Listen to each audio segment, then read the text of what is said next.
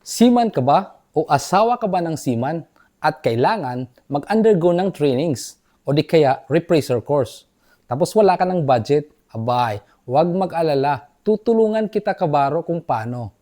Kailangan pumunta ka lang at bumisita sa pinakamalapit na OWA office at doon mag-inquire ka kung paano nga ba mag-apply para ma-sponsoran ng isang training. Ito ang gagawin mo. Pagpunta mo sa OWA sa inyong lugar, bibigyan ka ng form. Ito, application form. Ayan. At doon, pifill upan mo yung form na ito at kailangan mo magdala ng mga requirements. Ano-ano nga ba ang mga requirements na dapat nating dalhin? Ito yon. Ito yung mga requirements na dapat mong dalhin. Ito, OEC or Overseas Employment Certificate. Ito yung binibigay pag tayo nag-a-abroad, lalo na sa mga seaman. At dalhin mo rin ang iyong passport at siguraduhin naka-Xerox na ito.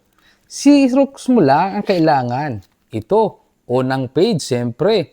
At saka, yung mga entries ng departure at saka arrival mo. Kung di mo matatagpuan dito mo yan matatagpuan. Yung departure at saka arrival dito sa Seaman's Book. At kailangan, naka-Xerox din ang unang page nito. At ang importante, yung departure at saka arrival, doon sa pinakalitis mong sakay.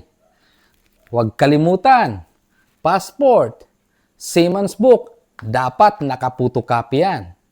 Magdala ka rin ng 2 valid ID. Kahit anong valid ID.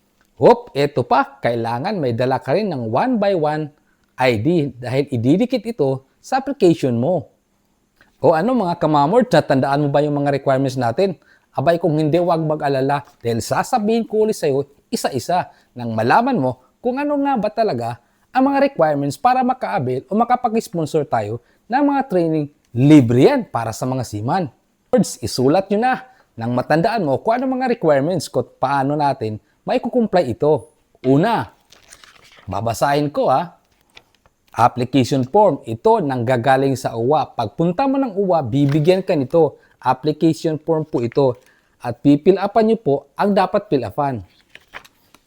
Pangalawa, kailangan kumuha ka ng Certificate of Eligibility from the Training Center. So, ibig sabihin, kukunin mo yung Certificate of Eligibility doon sa Training Center kung saan yun yung napili mo para makapag-training.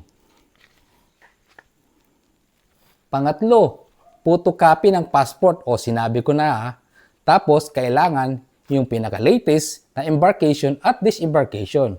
Kailangan rin ang yung Seaman's Book. Photocopy mo na rin. At ito pa ang susunod. 2 valid ID, any government issue, at saka yung 1x1 picture. Teka muna, muntik ko nang makalimutan. Huwag nyo rin kalimutang dalhin ang yung OEC or Overseas Employment Certificate. Ito po ay binibigay ng manning agency natin bago tayo umalis. Kasama po ito dun sa mga folder natin o mga dokumento, itong OEC na to. At pinapakita po nga natin ito sa immigration officer bago tayo tumawid doon sa immigration.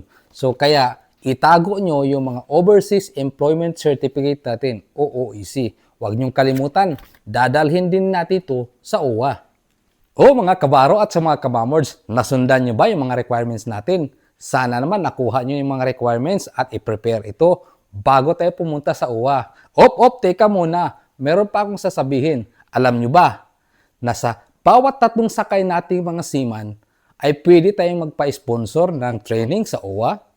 Tandaan, 3 sakay, pwede tayong magpa-sponsor doon sa OWA. Alam niyo ba kung magkano? 7,500 po ang pwede nilang babayaran para sa ating sponsor, para sa ating mga training. Huwag natin sayangin ang pagkakataon.